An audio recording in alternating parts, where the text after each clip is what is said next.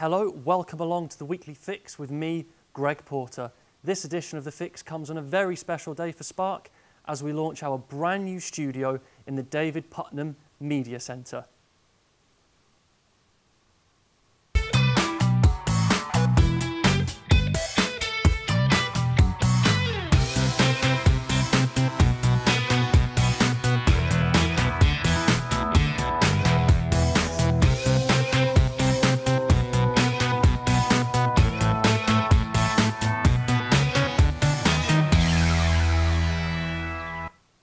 Now, being a fresher at university is an exciting and challenging time where friendships are made and students get their first real experience of independent living.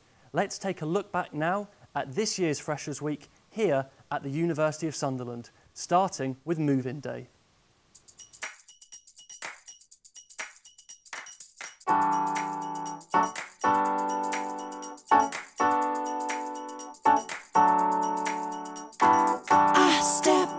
To chase tarmac, I'm told you might be waiting by the sun. I drive my state of mind to summer-covered daydreams in your eyes. I'll be putting dreams in your eyes. I will be losing track of time as we dance in the summer haze. I'll be putting dreams in your eyes, and we can fade into the sun as we move in the summer.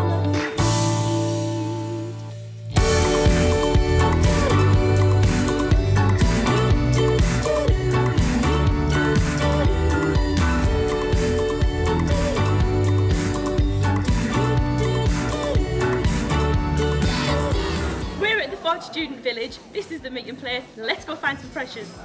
So we just tell us a bit about the whole moving in experience then and how you found it today. Yeah, it's fine. I mean, came on my own today.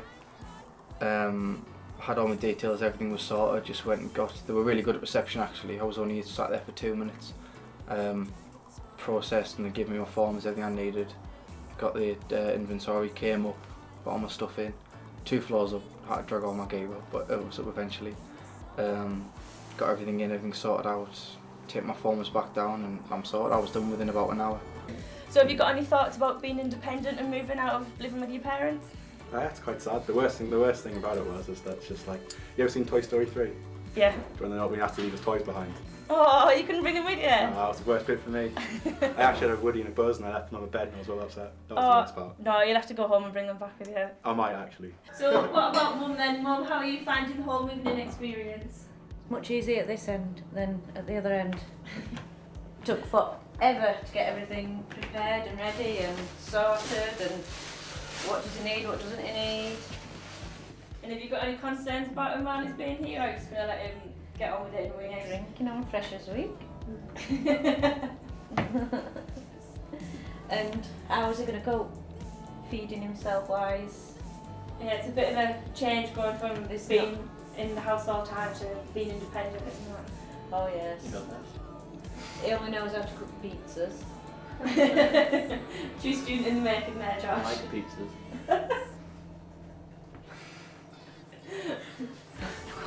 So just tell us a bit about what you're doing today then with the students and everything. We're chaperoning and helping them around, just get them settled in. Basically just showing them to the room, showing them like what goes on here. We're talking about the meeting place, telling them what they need to do, like with their inventories and stuff, telling them what everything their flat does basically. Just giving them some advice on it, you know. Helping them settle in, because I mean, moving to uni is a scary thing. I mean, you're moving away from home. So, I mean, having someone there helping you is, I suppose, really the best thing for it.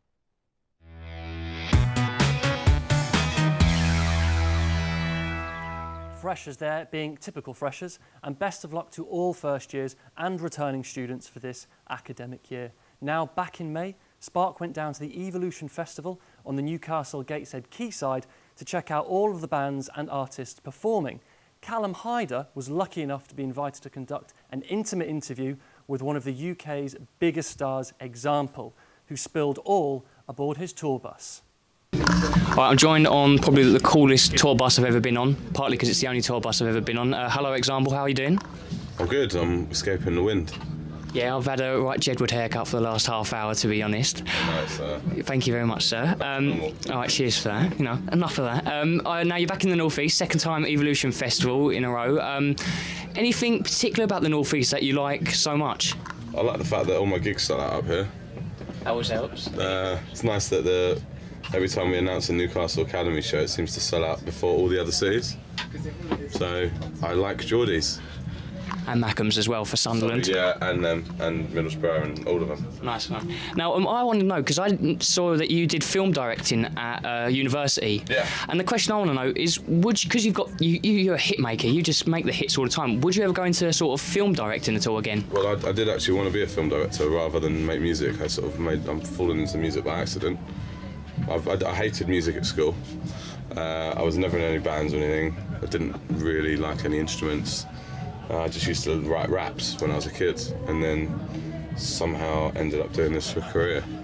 So my plan is to get into acting and directing in the next 10 years. Yeah, so I saw that as well, you wanted to do acting.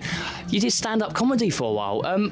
What was that like? Twice. What was it? Well, what was that like? I was just for a BBC documentary, so I just did 2 gigs as a little challenge. It wasn't really like a career sidestep, it was literally just for a TV show. But it was exciting. And finally, I want to ask you about, you obviously started sort of hip-hop, didn't you? Sort of that sort of bit jungle. You've had to go a bit more mainstream now, a bit more dancey. Is that the way every artist has to go these days, you think, to sort of, you know, make it more... the word popular music is probably the right word. Do you think that's the way everyone has to go these days?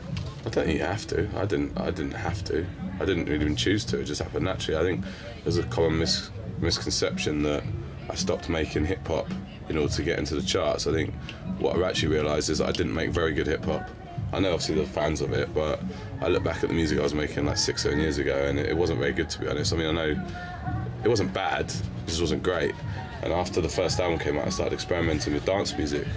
And some people are quick to just sort of hear an up-tempo dance song and assume that that's why it's more commercial, more successful. It's not, it's because the song's good. You know, there's hundreds of rap songs made every year which are rubbish, and there's hundreds of dance songs that are made every year that are rubbish. It's all about just good music at the end of the day. And I personally think, well, I know I'm better at making dance music than I am at making hip-hop, which is why my new album's all dubstep and trance. But I still like rapping, so I always stick the odd rap on there. And I just prefer singing, I prefer songwriting, and I think people have to remember that I'm writing all these lyrics myself. It's not like I've just said let's go commercial or something. I'm writing the best lyrics I can, and they happen to be really catchy. It's like everyone would be making pop hits if it was easy. Yeah. I don't try and write pop songs. I write songs for me that I like, that I want to perform live, and then the bonus is that radio want to play them and people want to buy them.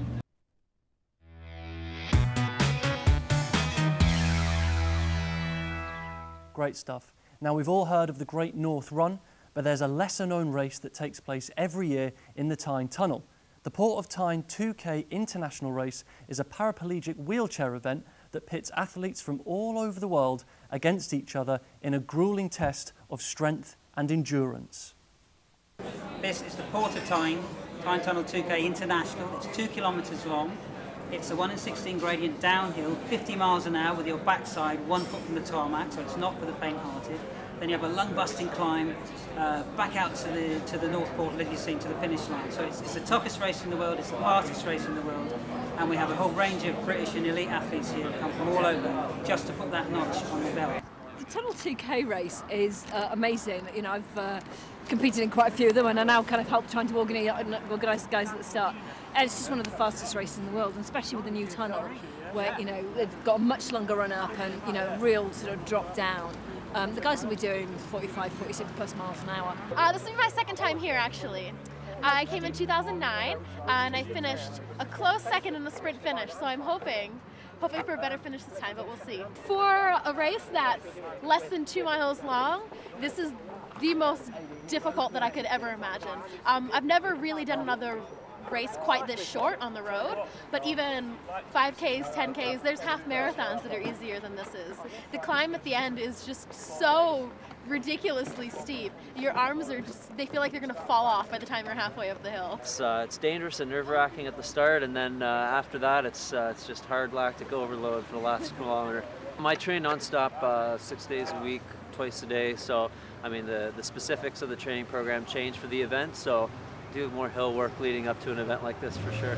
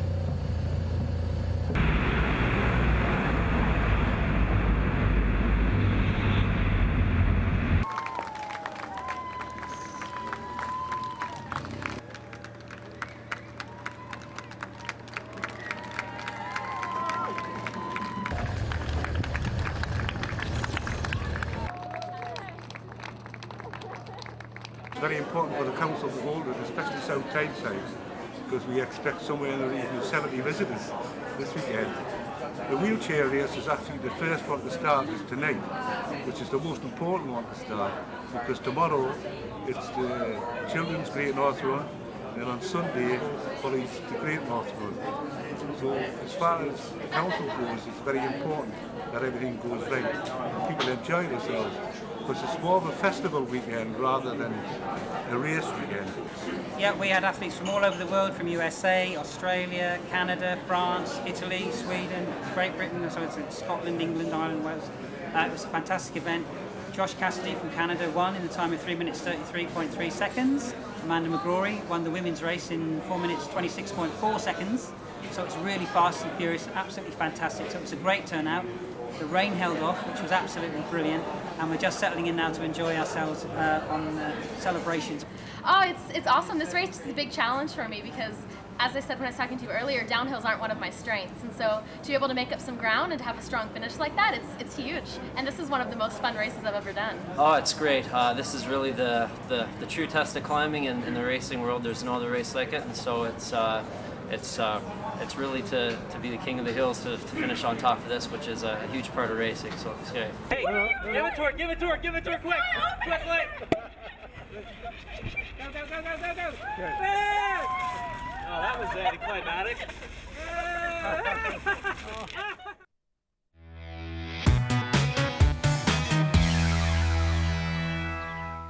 Cracking stuff rather than the me though. Something a lot of freshers wouldn't be expecting in their first week was to be put to sleep by returning hypnotist Rob Temple, who pitched up to the University of Sunderland with his mind-controlling ways. Here's a look at what happened when Rob put a select lucky few under his magic spell. Terrifying stuff. All right, good stuff. Excellent, good to see you here. This is the start of the Freshers Run from me. Now, every night for 17 nights solid, I'm going to be doing gigs like this, but you get the best of it because it's the first night of Freshers. So, we're feeling good, we're up for that. All right, good stuff. Now, just out of interest, in case you haven't recognised me already, my name is Robert Temple. I am going to be your hypnotist for tonight. Tonight we are going to be looking for volunteers from the audience to join me on stage here tonight and be hypnotised to become the stars of tonight's show. So, this is your chance to be the star of tonight's show. This is your chance to be the one that everyone's talking about for the rest of the night, possibly for even weeks and months after my show. This is the chance to be the one that everyone's buying the drinks for at the end of the night. This is your chance to become the stars of tonight's show. If you'd like to be hypnotised, mesmerised, circumstances permitting, the best thing you can do is to stand up, move your legs, your body will follow, make you on stage and enter my hypnotic world. Let's get some volunteers.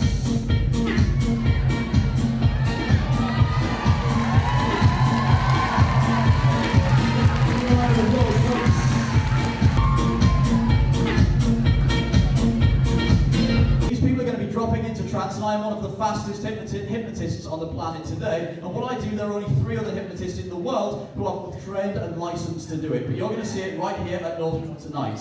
Remember, hypnosis is a perfectly natural state of mind that every single one of you goes into and out of twice a day. Once when you wake up in the morning, and once on the night time when you go to bed. That slightly drowsy state, that's all hypnosis is.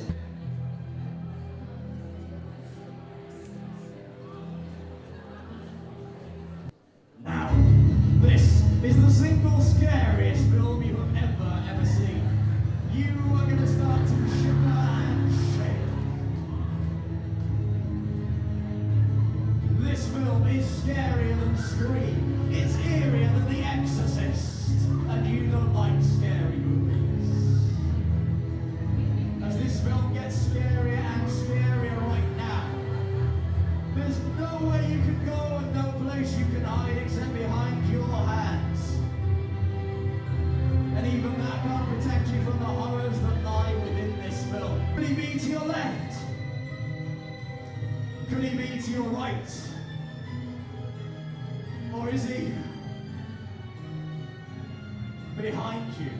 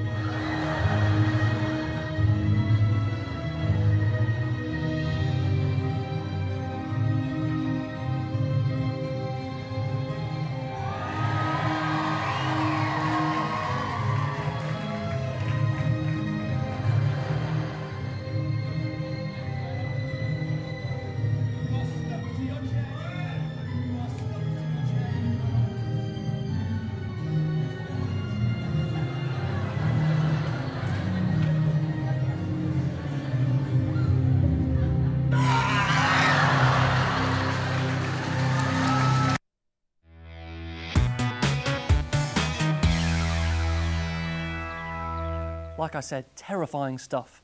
Now, earlier on this month, Spark TV and Radio were down at the Winter Gardens for Tom Robinson's Split Transmission, which was a day of local live music organised by the man himself, Generator and The Bunker.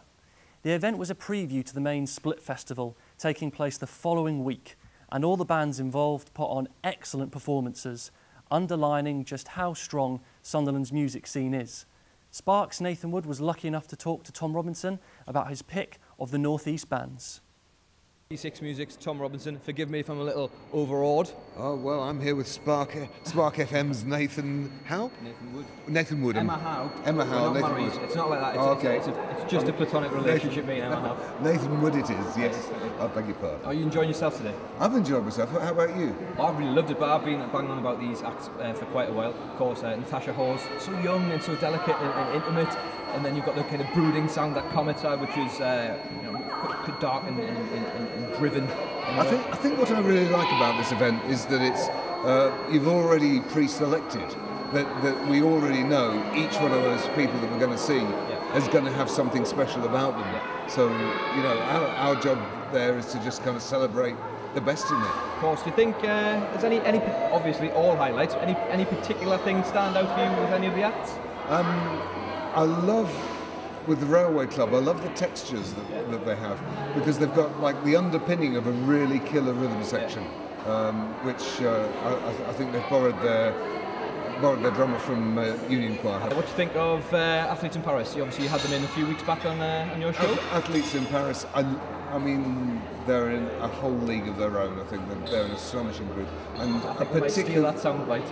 And particularly the vocals, the fact that they sing in such a thick kind of northeastern accent. You can cut it with a knife. I like that because exactly, it tends to be Manchester, London, or American. I like that. I love it. It's got a charm about it that it's that we don't care. And it's not only that; it's in the way the lyrics are delivered.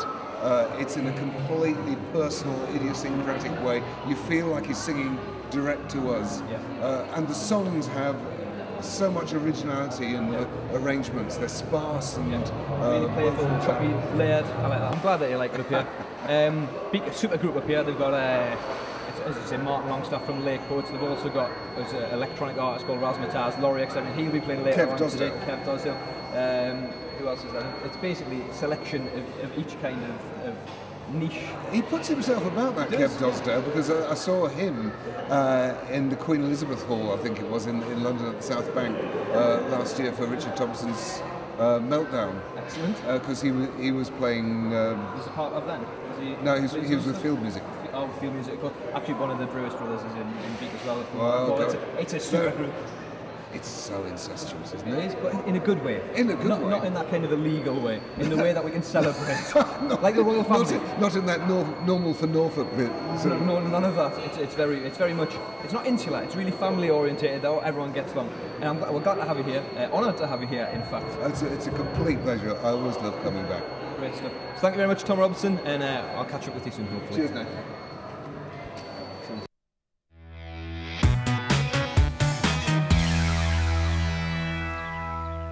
thanks again to Tom Robinson and all involved in the split transmission event. Right now for you though, we've got a montage of the most stereotypical student activity from this year's Freshers at the city's Ministry of Sound event at North Shore.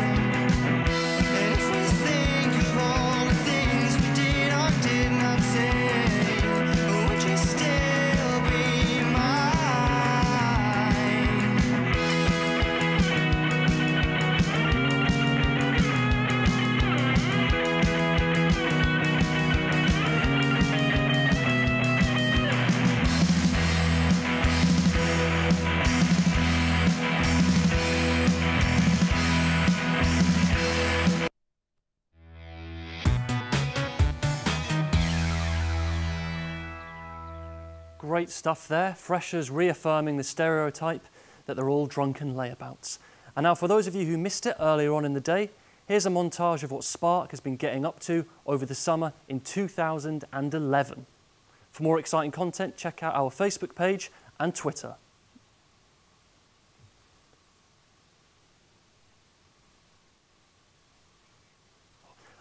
I've been Greg Porter. Enjoy the weekend and the Indian summer. We'll see you next time on The Weekly Fix. Thank you.